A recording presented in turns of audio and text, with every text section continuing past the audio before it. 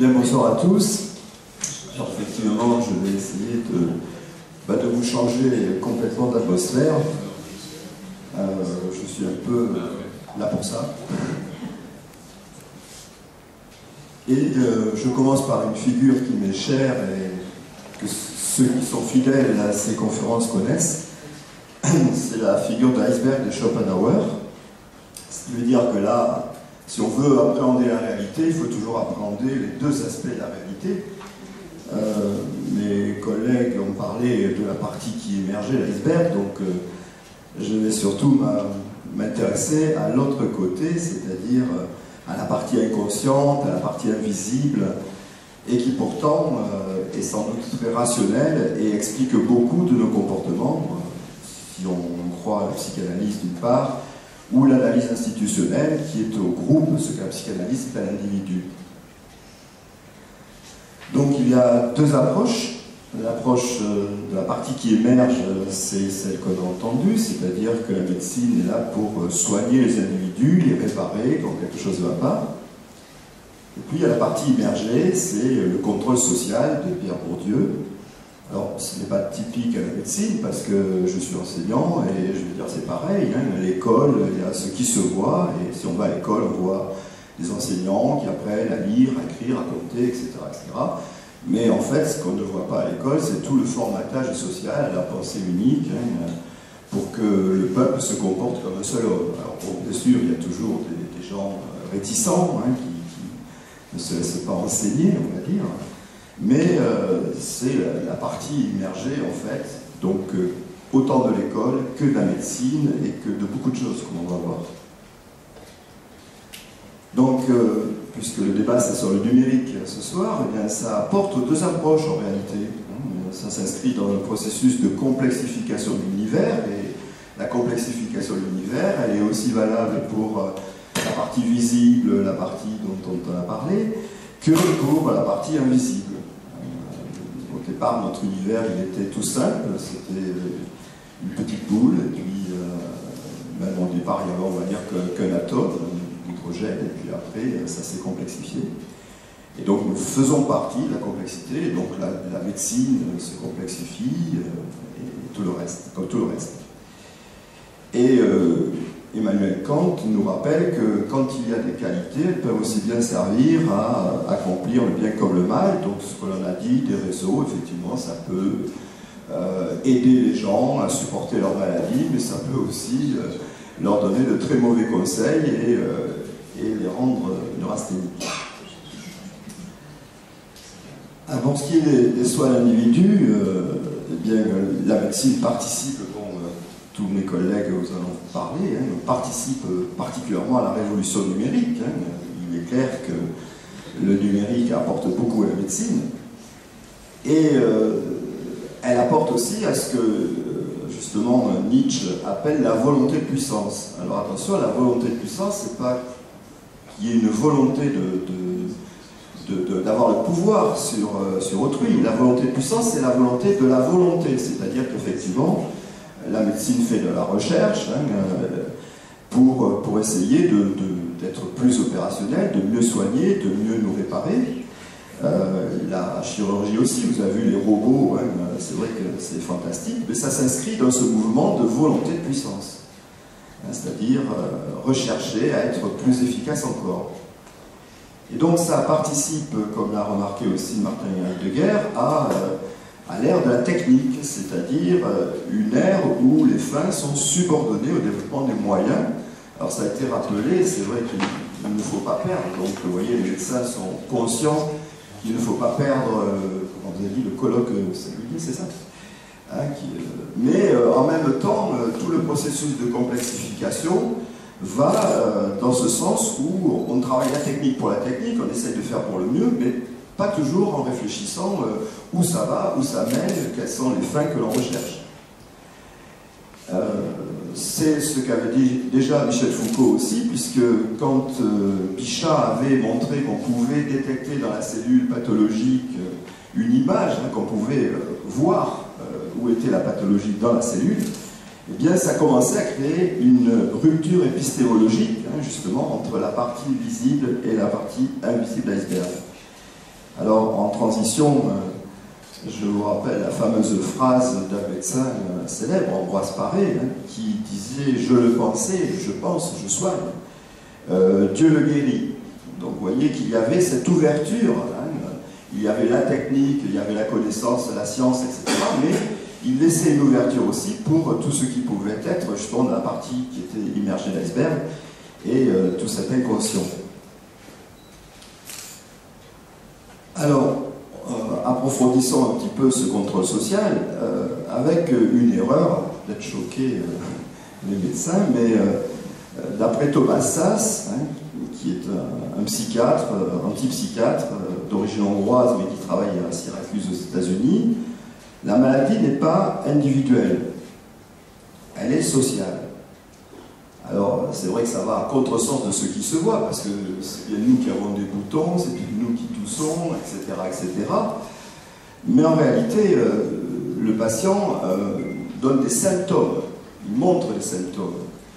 Et la base, en fait, de sa maladie, elle n'est pas en lui, elle est dans le relationnel.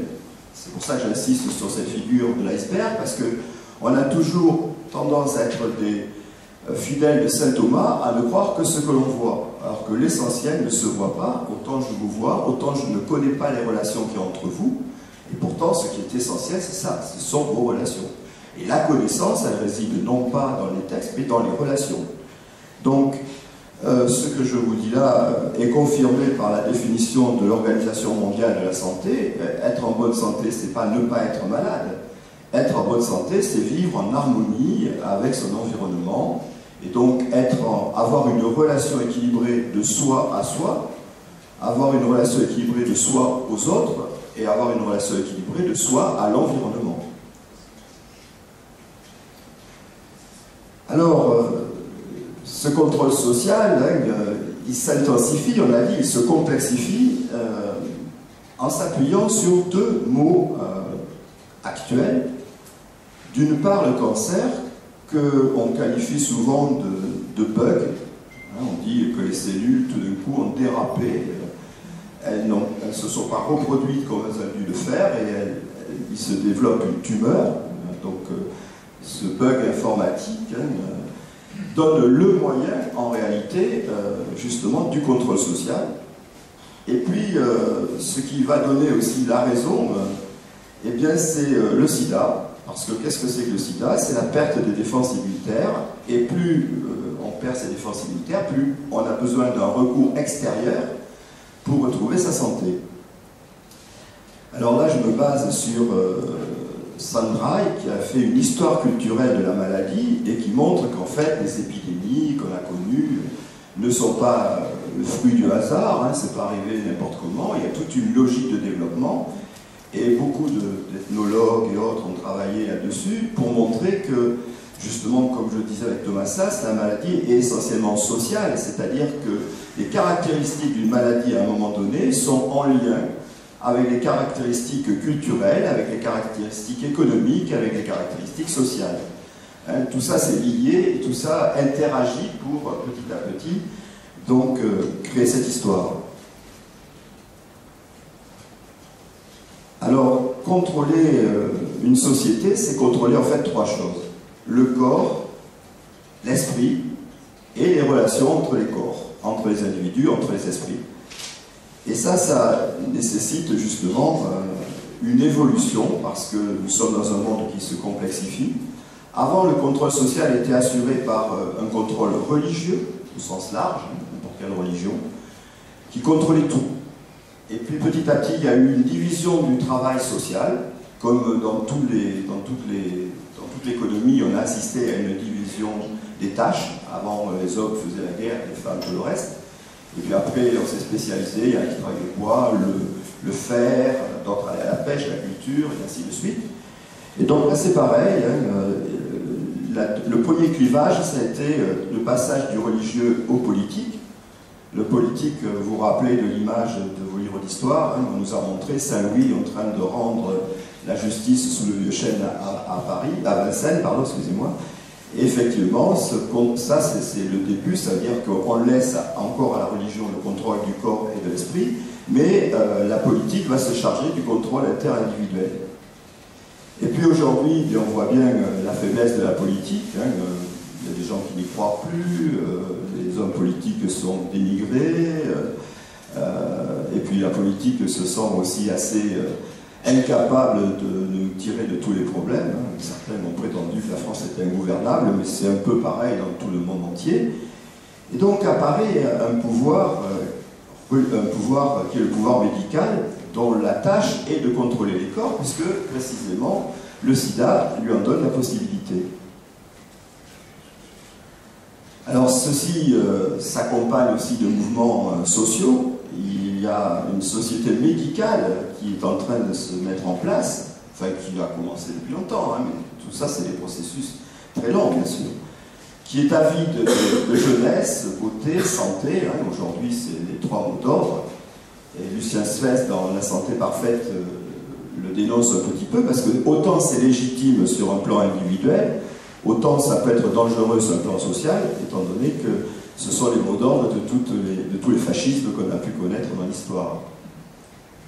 Alors je reprends aussi Gori Delvolgo, pardon, et Gori et Delvolgo, c'est deux êtres différents, pardon, qui ont écrit un livre qui s'intitule « La santé totalitaire », et c'est sur la médicalisation de l'existence. Hein, on est en train, petit à petit, de tout médicaliser. Alors, il y a un pouvoir donc, qui est en train de naître, c'est la iatocratie, ce n'est pas une théorie du complot, hein, que les médecins se rassurent, ils ne savent même pas qu'ils sont en train de prendre ce pouvoir. Et ça se développe, alors, justement vous parliez de la sécurité sociale, et grâce à la sécurité sociale, parce que dans la partie qui émerge, on n'a pas fait mieux, mais dans la partie immergée, on s'aperçoit que la sécurité sociale, d'une part, n'a jamais répondu aux objectifs qu'on lui avait assignés, à savoir réduire l'écart d'espérance de vie entre le manœuvre et le cadre supérieur, bizarrement. Parce que la sécurité sociale est une entité qui s'est progressivement instituée et qui, comme toute institution et comme tout être, a deux objectifs, assurer sa survie et sa reproduction. Comme le montre donc, ou comme on en a parlé déjà, ça me reviendra, un sociologue et philosophe du début du siècle dernier, bon, on ne se fait plus, mais ça reviendra. Peut-être Isabelle Orbeguette. Donc, toute entité, oui, poursuit ses objectifs et devient autonome. C'est pour ça qu'il faut bien distinguer la logique individuelle que nous projetons en fait sur une réalité et la logique sociale qui est tout à fait différente, puisque c'est deux niveaux de complexité différents. Et malheureusement, nous avons beaucoup de mal à sortir de notre logique, surtout face aux institutions, parce que c'est nous, individus, qui avons créé la sécurité sociale, mais on ne voit pas que la sécurité sociale poursuit aujourd'hui une autre logique que celle pour laquelle on l'a créée, puisqu'elle est devenue autonome. Ah oui, voilà, ça y est, pour ça, je suis sauvé, c'est Georg Simmel.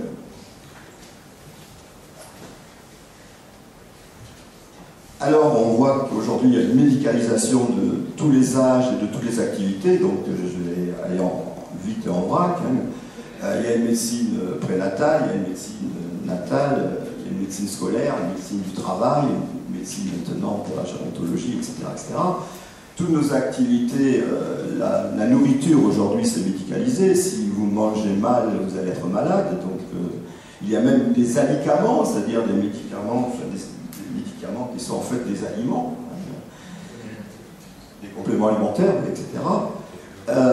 Ensuite, nos loisirs, bien, pour aller vite regarder la télé, qu'est-ce que vous voyez à la télé? Dr House, Urgence, La clinique et ses fantômes, Dr Queen, femme médecin, Dr Lefebvre, Nituck, Grey's Anatomy, bon, je dois en oublier.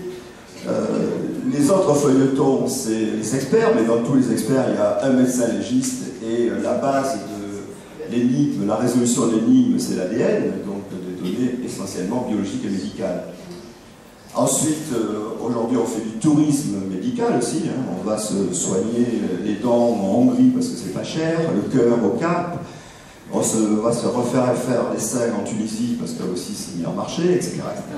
Bref, j'ai travaillé avec le CETIA, qui était le Centre d'études du tourisme et de l'industrie de l'accueil, et mes étudiants ont fait tout un tas de mémoires là-dessus, pour montrer que ça se développe bien.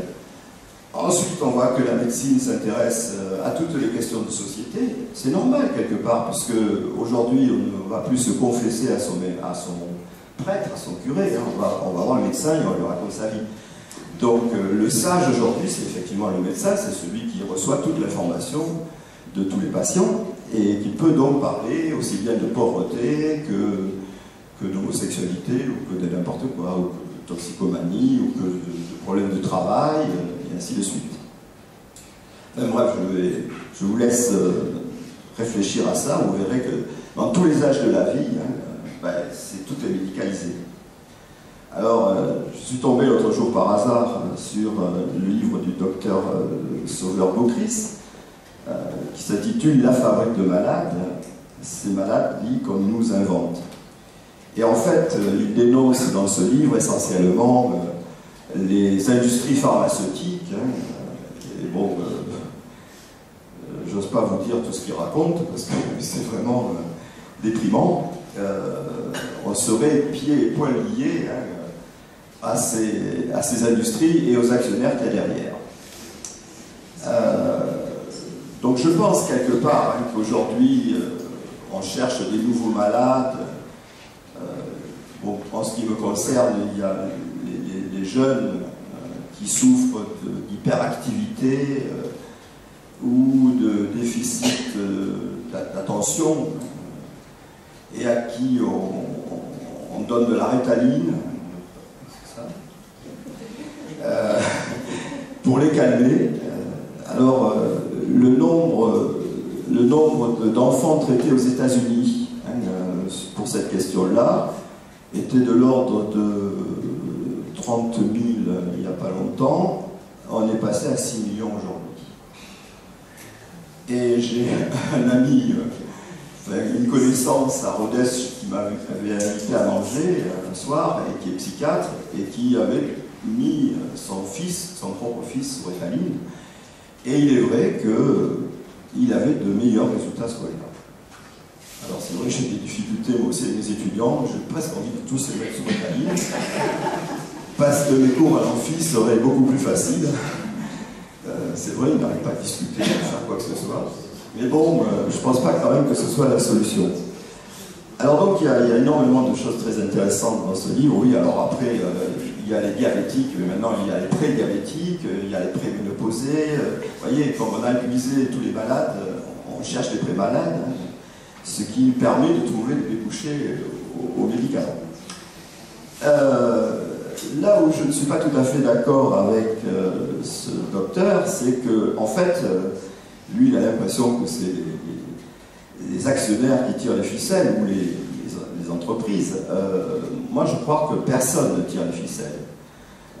C'est vrai pour ce dont on parle, mais en général, dans la mondialisation d'aujourd'hui, ça serait bien si on pouvait connaître quelqu'un qui tire les ficelles. Le problème, c'est au contraire, c'est que personne ne tire les ficelles et que le bateau tangue, on ne sait pas trop où il va. Ça correspond à une impersonnalisation de la société. Et là, je reprends le concept de société liquide de Zygmunt Bauman. Moi, je donne comme métaphore, avant, il y avait une société assez catégorielle, il y avait des morceaux de sucre, et sur le morceau de sucre, on pouvait écrire son nom. Après, pour mieux s'adapter, la recherche de puissance de Nietzsche, pour mieux s'adapter, il a fallu passer du sucre en morceaux au sucre en poudre. Alors là, à la limite, vous pouvez mettre un petit point de couleur pour reconnaître votre petit morceau de sucre. Mais aujourd'hui, on est passé au sirop. La société liquide, c'est ça, c'est-à-dire une société qui est totalement impersonnelle, où on ne peut plus se retrouver nulle part, et on ne sait pas où on va, qui fait quoi, qui supporte quoi. Et ça correspond aussi au concept d'Edgar Morin d'auto-éco-organisation. Il y a une organisation qui se fait par, comme je disais tout à l'heure, tout un tas d'interactions multiples dans tous les secteurs de la vie économique, aussi bien, enfin, vie économique, sociale, humaine, médicale, tout ce que vous voudrez. Et donc, pour ne pas être trop long, je conclus. André Malraux avait dit le XXIe siècle sera religieux ou mystique ou spirituel, il y a plusieurs versions, ou ne sera pas. Eh bien non, je pense que Malraux a tort, hein, le XXIe siècle sera médical ou ne sera pas. Voilà. Merci. Et votre service. Moi j'ai été un peu rapide, hein.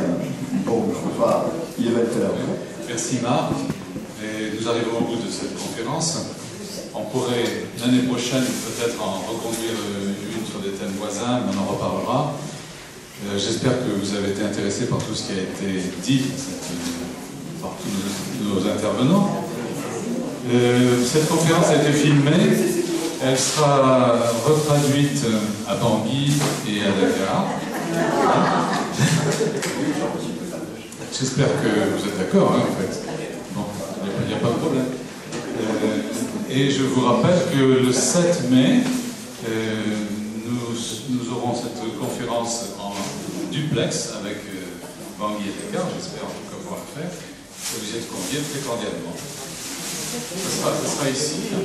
L'objet de la conférence, c'est de voir comment les jeunes dans ces pays africains prennent en charge toutes les technologies de l'information pour passer rapidement vers le monde moderne d'aujourd'hui. Par Internet, bien sûr, hein, par des liaisons, j'espère, des liaisons un peu privilégiées avec l'ambassade de France de Bangui et l'université de Dakar. Mais Bangui, je suis un peu inquiet par rapport au mouvement qu'il y a en ce moment. Peut-être on y répond. Je vous remercie, je vous souhaite une bonne soirée.